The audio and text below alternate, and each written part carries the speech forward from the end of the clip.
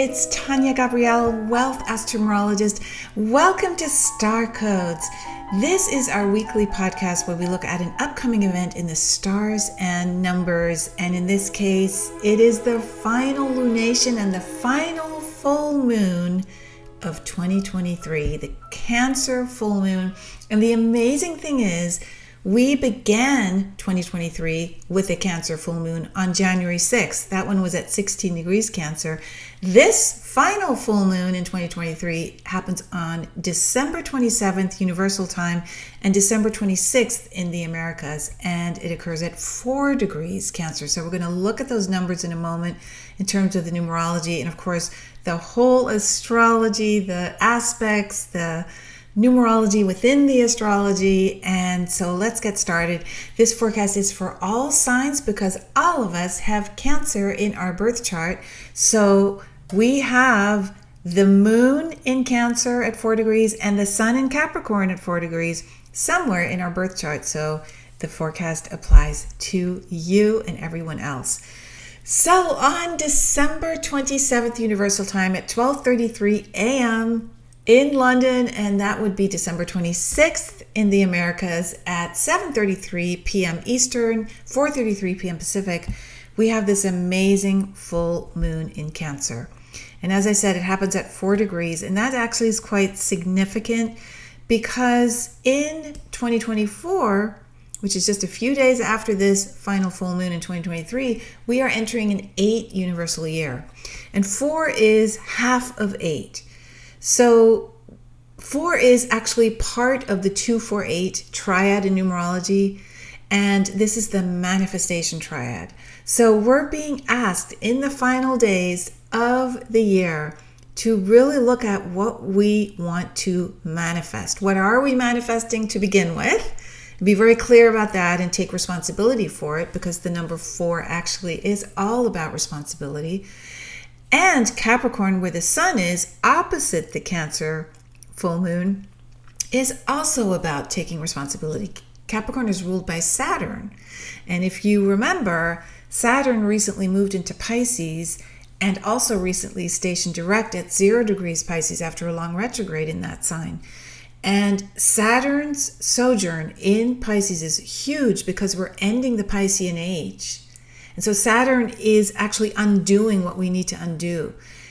Pisces is the sign of self-undoing, which is basically saying undoing the ego and joining with the cosmos, joining with Source, with God, becoming one with the all.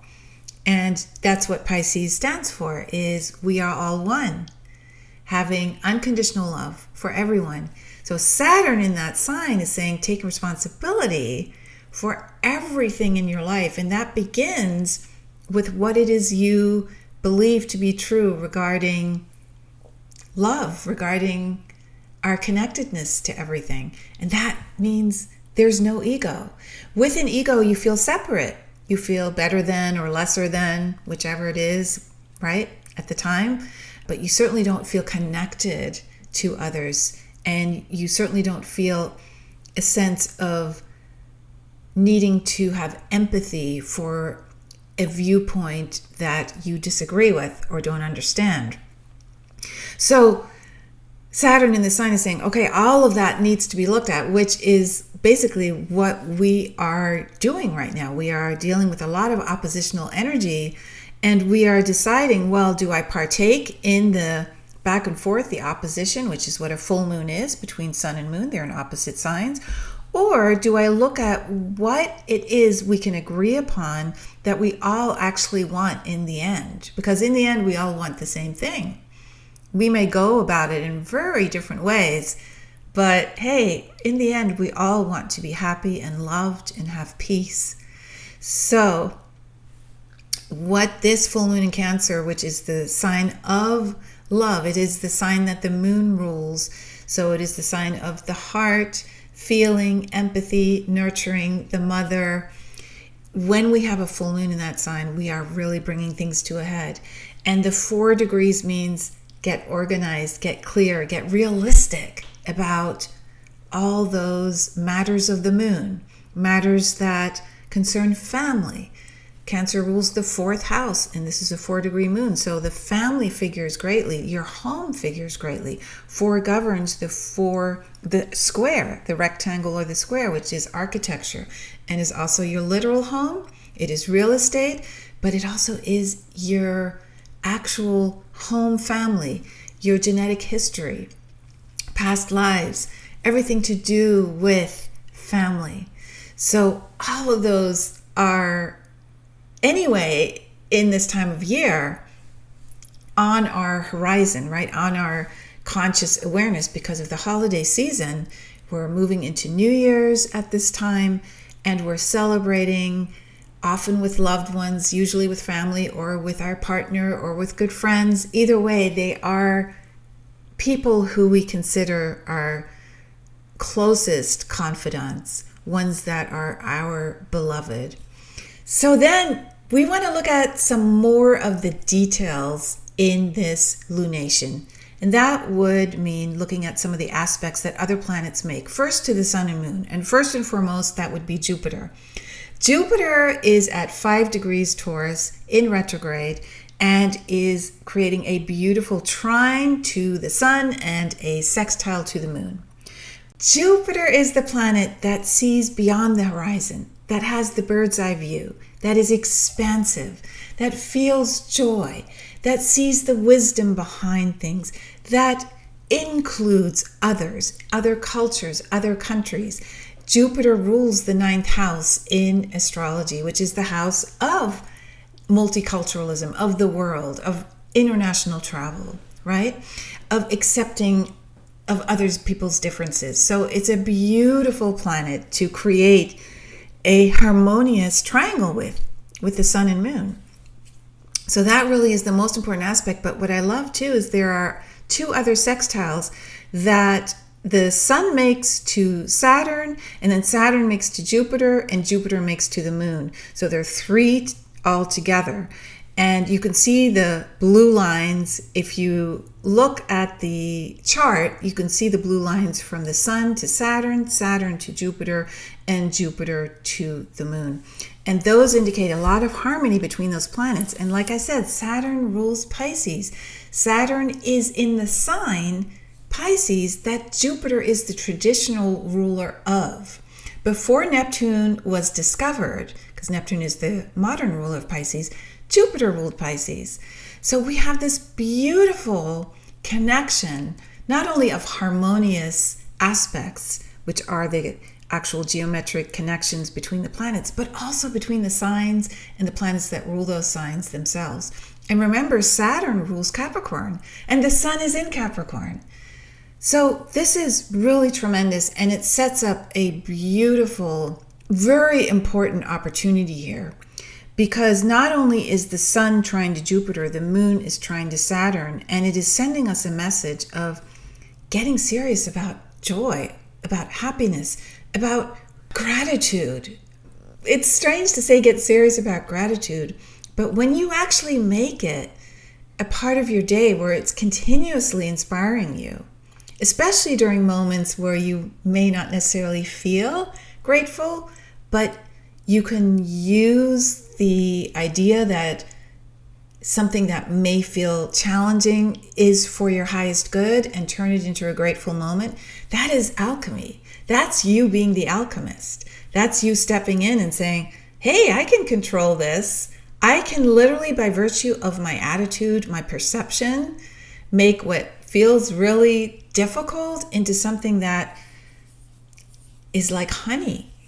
And I trust that the honey will flow, the milk and honey, the sense of everything is good, goodness shall prevail, even in this stressful situation.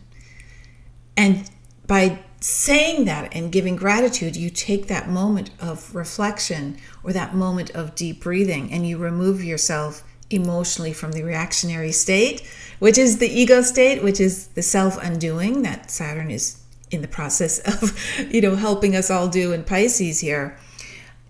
The self-undoing is literally the saying no to the egoic way and saying yes to the way of love. the heart-centered way. So this full moon, and every full moon is an opposition. This full moon is showing us the opposite. So we're going to feel at times like we are going to take the ego route because it's familiar, we're used to it.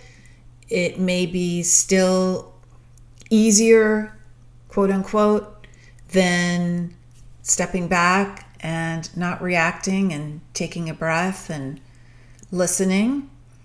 But we will very quickly realize that it's not going to be the way that feels good. In fact, we'll be so quickly feeling not so good with that choice of the egoic way that we will learn rapidly that we don't want to go that route. It just doesn't make sense, right? So this full moon is an amazing opportunity to get very, in a way, not just responsible, but really use that taskmaster energy of Saturn and of Capricorn where the sun is, because there's a trine to Saturn. We can literally hold ourselves to task for what we're doing and saying and thinking.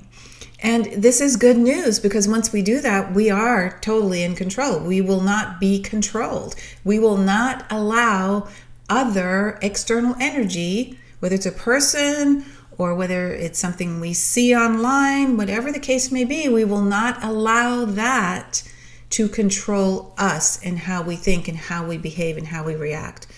We will see through it because we have taken the bird's eye view of complete divine alignment.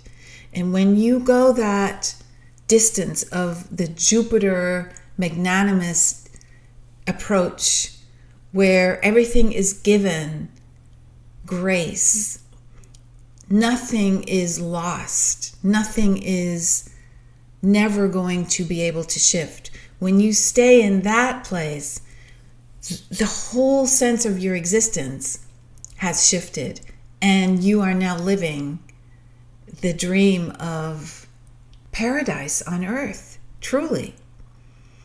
So another aspect, speaking of paradise, the final one that I'll mention is Venus at 26 degrees Scorpio is trying to Neptune at 25 degrees in Pisces, and Neptune rules Pisces. Remember, Saturn is in Pisces and Saturn rules Capricorn, and the sun in this full moon is in Capricorn, so there's a big connection. Well, Venus rules Taurus, and Taurus is also a very big sign because Jupiter is in Taurus. Jupiter, the planet that is connecting so beautifully with the sun and moon, and also Uranus is in Taurus. Uranus is the ruler of the Aquarian age, of Aquarius.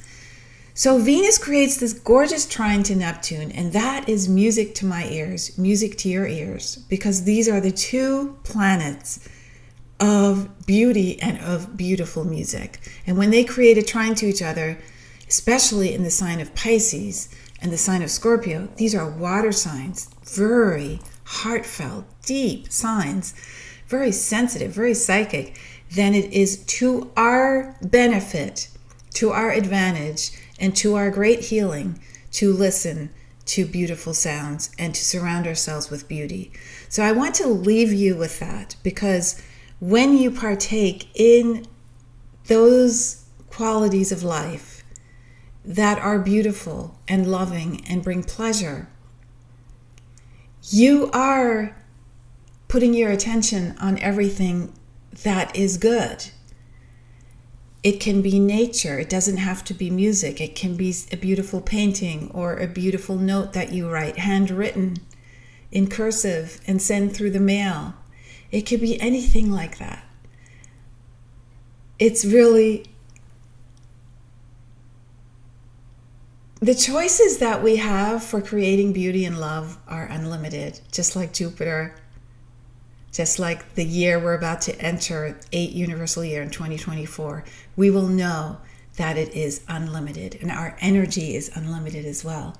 And our capacity to create beauty and love is unlimited.